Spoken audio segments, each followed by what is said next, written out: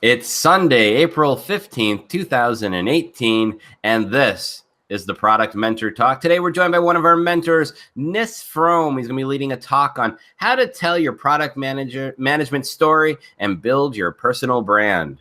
So those of you who might be joining us for the first time today, let me just briefly explain the format. People you see along the bottom of your screen here are mentors and mentees in the current session of the Product Mentor Program. Product Mentor Program works to pair up people, product management gurus and people at various stages in their product management career up for a period of about 6 months.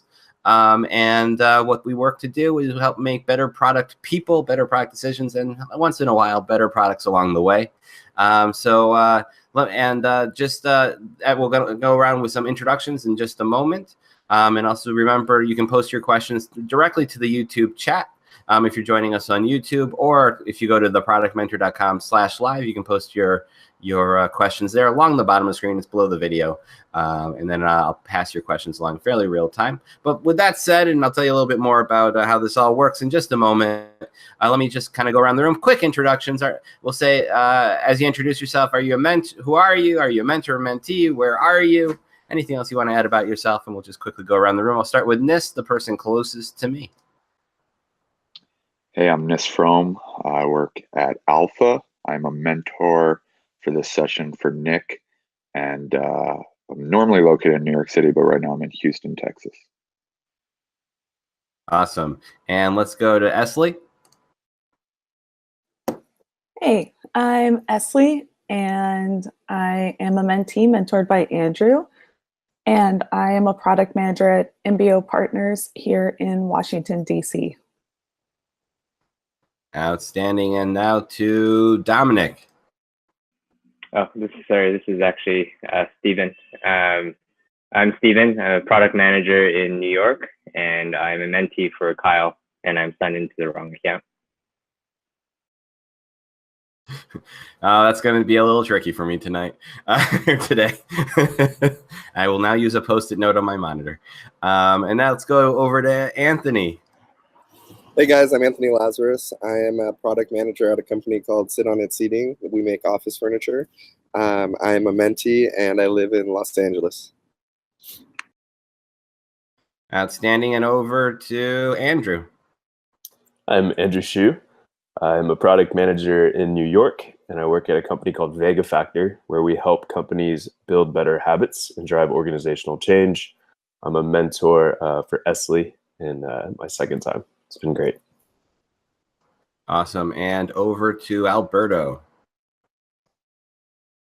Hey guys, I'm Alberto Simon. I'm based out of New York, and I currently work at a startup named Payability, and then recently another one called Masterworks, and I'm a mentor. All right, someone's a little bit busy. Cool. So everyone who's joining us, and I am Jeremy Horn, aka the Product Guy, and I'll be the moderator here today. As questions come in, as I mentioned, through the productmentor.com/live or through our YouTube live chat as well on youtube.com. Basically, as the questions come in, I'll pass them along to our mentor as he's talking. I'll jump in at various good jump-in points, and we'll answer your questions in fairly real time. For those questions that are maybe a little bit more generic, like what is product management? How do I become a product manager? Anything else a little bit off topic? We will still get to those questions, but we'll wait until the end of the talk to get to those.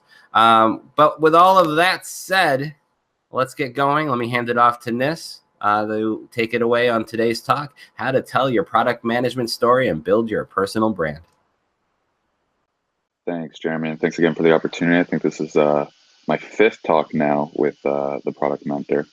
So let me get going here. So yeah, as Jeremy said, we're going to talk about a little bit about building your personal brand. So a bit more of an offbeat topic than I think what we normally go through in these talks, which is how to actually be better at day-to-day product management, strategic product management, tactical sort of things. This one is a little bit of a different topic. It really doesn't necessarily have to do with product management other than you're all product managers. Really, it's about building your personal brand and what the value of doing that is. So I'll tell you a little bit about myself, and then I think it'll make sense why I think this topic is so important. So my name's Nis, and I started a company called Alpha. We're actually a platform for business and product teams to generate user insights and make data-driven decisions. As part of that, we've developed a number of really popular resources out there for the product community, some of which you're probably familiar with. So two in particular is our podcast. This is Product Management with 2 million downloads, and then our Medium publication, Product Management Insider, with 5,000 subscribers. So we get to work with a lot of different thought leaders and just practitioners, junior to senior, really help them tell their story across our channels and discover what works and why. We really get like a front row seat to the challenges that individuals, teams, departments, and entire organizations are going through. So what I've learned from working with like hundreds of these people is that they get a lot out of building their personal brands and using our channels to tell their stories, and that there are a lot of benefits to doing that for them. I think particularly in product management, where it's very difficult to tell how you're performing. It's like, I saw this comparison where, with financial traders, like they have a return on their investments, right? It's very quantifiable. In product management, most people can't tell what your product revenue or your net promoter score or whatever you're measuring is. So it's very difficult to ascertain how well you're performing. So telling your story and building a brand is one of the few ways you can really stand out in the space. So I want to talk about some of those benefits that come about from building your personal product management brand. So first is really this ability to influence stakeholders. Again, stakeholders often can't tell how well you're doing, and through this program and through talking to a lot of product people, no matter how good or bad you are at product management, there seems to be a common theme that your stakeholders often get in the way or don't really understand what you do or don't know if you're necessarily doing it well. So speaking at conferences or having articles out there is a really good way to kind of build rapport and get them to realize, hey, like, what you're doing, and that this is that you're being effective, and that maybe they'll be more easily influenced through that process. The second is gaining clarity. Basically, writing content or creating videos or doing things like this really helps you get the ideas that are kind of mixed up in your head down on paper and really be able to articulate them clearly. Third is attracting talent.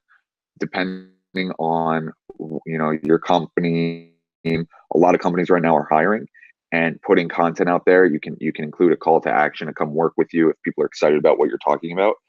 So I see that happen a lot. Not just attracting product management talent, but also engineering, design, a few other roles I've seen as well. Another one kind of similar to that is product marketing, which is attracting users to your product by communicating kind of what you're working on, why you're working on, going through that process and building your personal brand. You can also get customers. I'd say that's more common for B2B products than it is for B2C products, but still, nevertheless. Career trajectory as well. It's a really good way to signal to prospective employers that you're doing really good work, that you're thinking through it clearly, that you're a great person to work with. So that's good. And then the last piece here is that you all already know this, because for the mentors in this program, you're giving these talks and you're building your brand and you're raising your profile. And for mentees, you're listening to these talks and you're reading content out there, and you're probably seeing some of the same names over and over, and you're coming to recognize them as sources of great information and people you might want to work with and the like. So I think all these benefits are sort of things that you're probably seeing somewhat regularly as well. So I want to talk in particular, I want to go through some success stories to give you a sense of how this works. And I'm going to use our Medium publication that I mentioned earlier, Product Management Insider, where anyone can submit their story. And we often, we don't know 2/3 of the people that submit their stories, and we meet them over email. It's also a highly collaborative process here. So we work with authors. Sometimes they just submit a completed article, and that's fine. But we also work with authors at times to do work on topic selection, the outline and structure of their articles, titles, copywriting, finding data if they need, design if they want to do like infographics or just a header image. We'll work with them to promote the article. So it's we really get into the weeds with it, and so that's given us a lot of insight into kind of what works and what doesn't. So I'll focus on 4 key people to demonstrate a few different points here. Really demonstrate the benefits that I talked about previously. So the first is Brent Turetsky. A lot of you may be familiar with him. He puts together the New York Product Conference. He was the Executive Vice President of Product at Exo Group and recently transitioned over to Head of Product at InVision, which is a tool that I assume everyone here is familiar with. It's a prototyping, interactive prototyping tool. So he wrote a lot of content to help level up his teams at Exo Group, and he would publish them on Product Management Insider, and then obviously other teams at other companies could level up as well. So he had all different sorts of topics around structuring your product organization. So how to interview product managers, how to onboard them, what different levels and career trajectories look like. And then he also had this concept of like user science, which is really how to get qual and quant user insights into decision making. So that was kind of his focus. Holly, very different focus. She was a product owner at Shutterstock and is now a product consultant. She used content really to establish her thought leadership and to announce and feature upcoming workshops that she's doing. So that's more on like the product marketing side, her product being the consulting and the training. Justina Chen, just to illustrate how the ability to build your personal brand, you don't have to be a veteran in product management. You don't have to already have a huge following or already have a very senior title. Justina was still in college when she submitted her article that was really popular, and it was about how she went through applying for product management jobs. She actually ended up getting one at Twitter, but she talked about her interviewing tips, and that was helpful for her peers. So really helped build her profile for influencing stakeholders, but also for her career trajectory. It was kind of all the lessons she learned. So she was someone who had no following previous to writing that first article. And then Jeff Morris Jr. writes some of my favorite content. He is the head of product and revenue at Tinder, so kind of the flip side of that is much more senior. He writes a lot about product strategy, really dispelling this notion that Tinder's rise and prolonged stay at the top of the app store is due to a gimmicky swipe. He actually goes through a lot of the strategy and data that goes into their decisions. So that helps him establish thought leadership, but also he uses the content to recruit talented product people to Tinder and really go through why they're such an effective product company and why it's a great place to join. I think they're based in LA, so he does a lot of the recruiting for that. So those are just kind of 4 completely different success stories. One is about leveling, like gaining clarity, using content to gain clarity on different ideas and level up your teams at your organization. One is about product marketing and raising the awareness of your services. One is about more influencing stakeholders and career trajectory, and getting your content out there to show that you're doing things effectively. And the last is really about recruiting and getting product people to really respect the way you're building product at your organization. So 4 totally different angles. So what are some of the common themes I've identified in these success stories? I'll go through 3. So the first is that each of these people, and this is a recurring theme again, they become synonymous with a topic. So product management is a really exhaustive discipline with pretty much infinite topics. I mean, it kind of cuts across every aspect of product and really every aspect of the business. So you can fall into a trap about trying to write about too much and going, an inch deep on too many topics. I would recommend picking 1, maybe picking 2, and going really deep on that topic. There's already a lot of surface level content out there, but not much in the way of like truly insightful and expert level content on a specific topic. So the takeaway there is really like own that hashtag, those 1 or 2 hashtags that you want to be synonymous with. The second is really take every opportunity to network and get your name out there. Like most things in life, building a personal brand takes a lot of practice. So just in terms of like meeting people and getting your name out there, but also just in terms of getting better at creating this sort of content and building your personal brand, like you'll make a lot of mistakes early and then iterate and learn how to get better at it. So I really recommend not just taking high reward, high exposure sort of opportunities, but take any sort of opportunities. So interestingly, if you dig deep into the profile of any of these product leaders, you'll find that years ago they've been involved in things such as like small meetups, Quora discussions. They had a personal blog that nobody read. Like they did these like little things that helped them learn and build up to some of the bigger things they did. They didn't just start as the keynote speaker at a big conference. So it takes a lot of work to kind of build a following and use low risk opportunities to get better. And last is be a mentor and be mentored and really build self-awareness through that. So don't do any of this building a personal brand sort of in a vacuum. Really expose yourself to other ideas, other perspectives and criticism, and that'll accelerate your learning through this. So I would say like build on other people's ideas rather than trying to reinvent the wheel. You might notice that these themes are not necessarily just for building a personal brand, but are actually pretty similar to building a product, that there are a lot of overlaps in these sort of concepts to building a product. And I've actually written about that before, and I've noted that building content and telling stories is very similar to building products, in which there's often a narrative, but often similar sort of concepts. So 3 of those are that at a high level, it's really about finding problems to solve. So, if you're familiar with like the jobs to be done framework for products, you really have a similar thing in terms of creating a personal brand and creating content. In terms of finding topics to write about, you start with what is the job to be done? What do you think readers are insecure about? So if you think, for example, that everyone is uncomfortable about creating a roadmap, and you're creating content, like solve for that job to be done, solve for that insecurity. So in this case, it's, I felt that a lot of product people really want to tell their product story and want to build that personal brand, but don't really know how to go about doing that. Hence this talk. So the second is really experiment and iterate. And that's something I kind of talked about before. It's very similar to how you would build a product. You do experimentation and iteration. It's the same in sort of content. You can publish a blog post and then get feedback and then really update the blog post based on feedback, similar to you put a product in the app store and then you iterate on it that way. So a very similar sort of workflow there, where you ship as often as you can and then you prune everything later, and get brutally honest feedback throughout the whole process.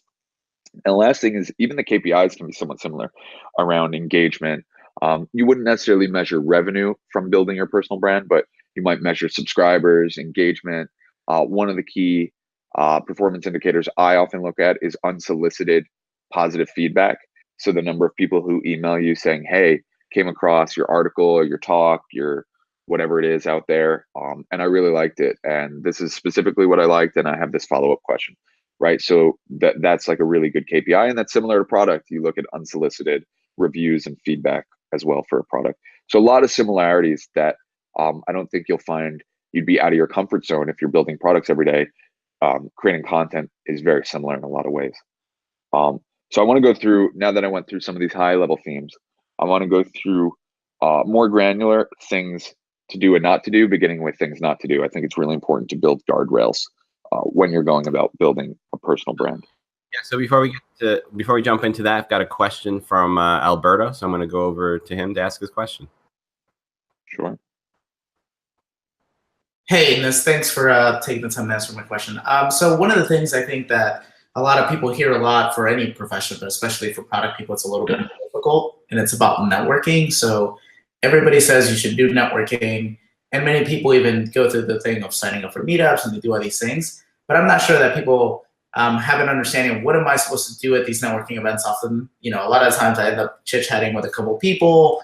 Like, is that the most efficient way? Do you have any recommendations on like the actual best kind of way to try to, get the most out of networking. So it's not just these never-ending meet and greets that kind of lead to not much. Yeah, that's a really good question. I think you've already kind of answered it in the question, is that if you do it totally unstructured, unless you're the one speaking at the meetup and you're the name that people are going for, you're not going to get a lot out of it. You're going to have a lot of like just kind of random meet and greet with people you never follow up from. So I would go with a very specific goal in mind, and it depends what you're doing. So if you're trying to tell your personal story, for example, and trying to build a personal brand, you might go saying, hey, I'm going to identify 3 insecurities that product managers have, and I'm gonna that topic that I know most about from those 3, I'm gonna write about. So you might go and you might meet people and ask everyone, what's the #1 challenge you're facing right now at your job, right? And then you have a really structured reason to go network and to go there. So that might be one thing. If you're looking for a job, you might go and ask what are 3 companies that are hiring, or you might go ask what are 3 people, what are resources or other networking events they go to that I don't know about, and I'm just going to go and ask 3 people those questions. And if you go with that goal in mind, you can't lose, because it's very, you can ask 3 people those questions, right? So I would say go in a structured sense.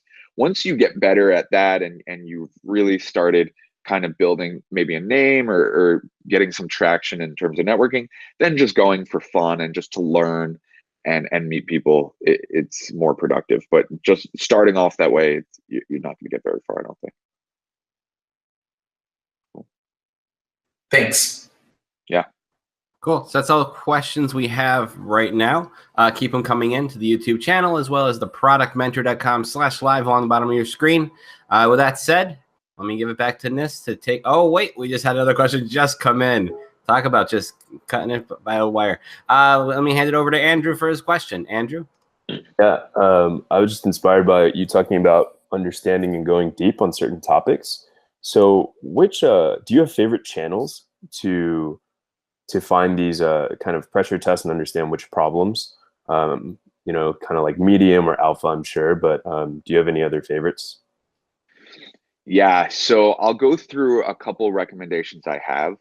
But if you will, so this is kind of like somewhat a self-fulfilling prophecy here, but like if you look at the keynote addresses of the major conferences and product conferences, innovation conferences, those speakers don't pick those topics because it's what they want to talk about. They pick those topics because they know it's what people want to learn about.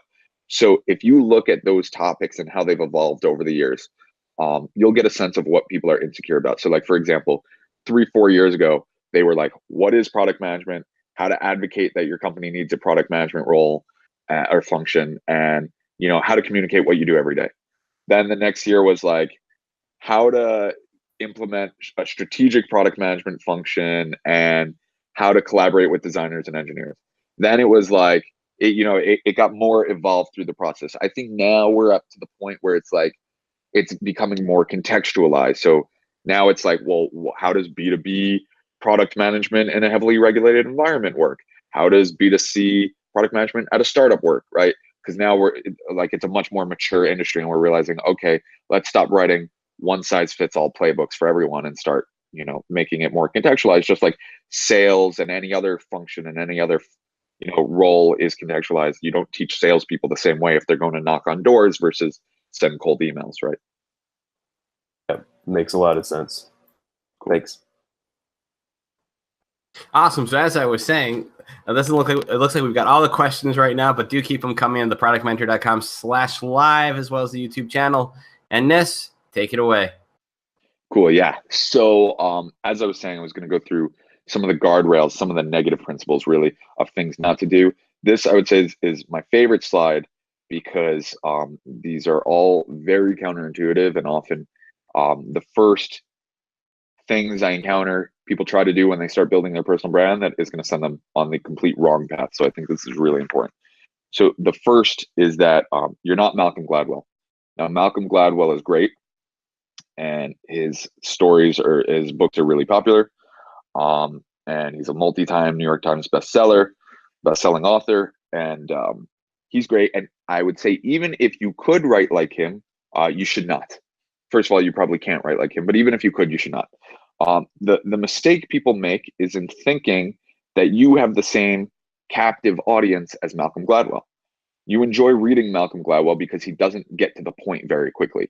He tells stories, he beats around the bush, he introduces nuance and all these things, and it's great because he's a recognized name, and he can afford to do that because you're going to read the first 200 pages whether or not he says anything, right? But they're not going to do that. Your readers are not going to do that if they don't recognize who you are.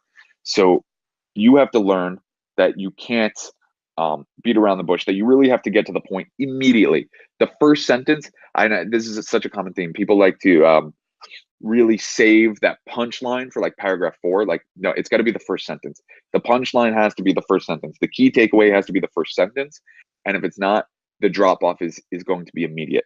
So it's a really difficult mental block to overcome and habit to break.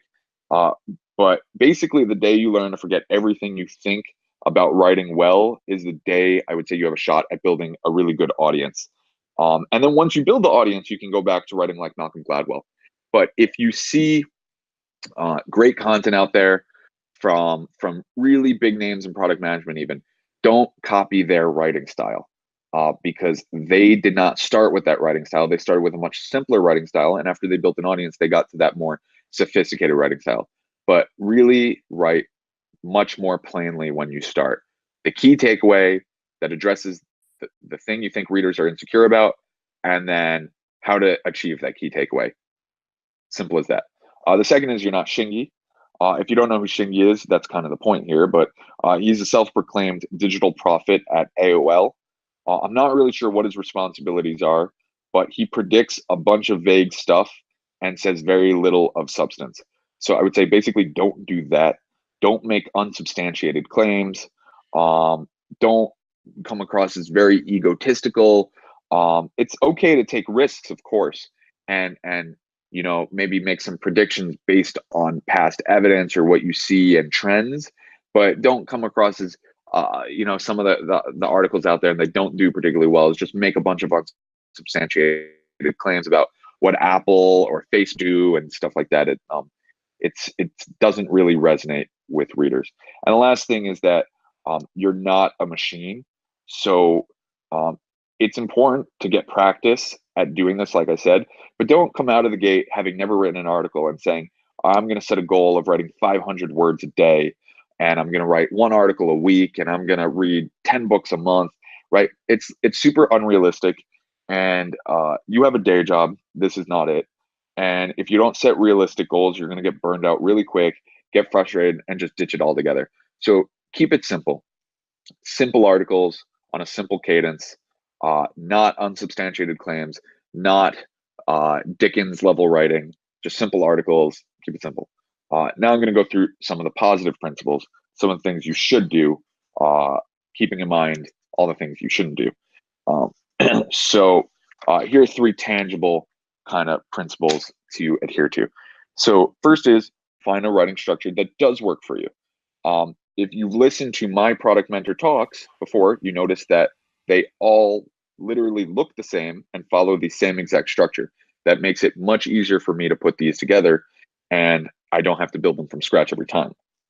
The structure I have found for articles that works the best is the Harvard Business Review structure, which is literally 90% of the time the same. If you go to HBR, you'll find that 90% of articles follow the exact same structure, which is the key takeaway and reason that takeaway is important as the first sentence, a little story that gets the reader interested in that takeaway, then either some sort of case study or explanation of how to achieve that key takeaway, and then 3 key takeaways, right? So it always follows the same exact structure, and it's really important to find one that works for you.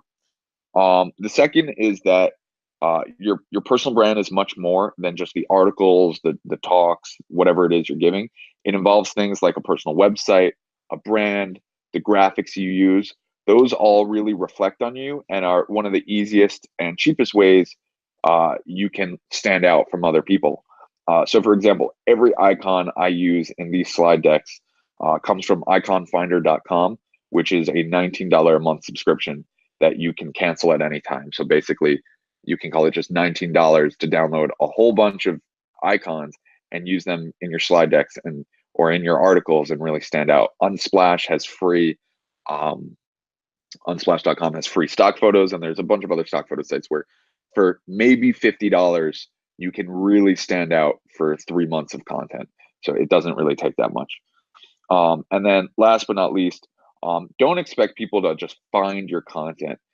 You need to be your own champion there. There's so many ways nowadays to promote your content and get eyeballs. It may seem like that there's a lot of noise out there, and that is true, but like I said before, most content out there is written by marketers and vendors and not by practitioners. So if you really go deep on certain topics and don't just stay high level, you can definitely stand out there and you have a major leg up, I would say. So use LinkedIn groups. There's industry specific forums. There's a ton of Slack groups now for product. Send your content to the editors of all the major newsletters, of all the major product newsletters. And in an hour, you could probably increase the chance that your content gets out in front of 5,000 to 10,000 people, like relatively easily, without having a big name in the industry. So those are the positive principles.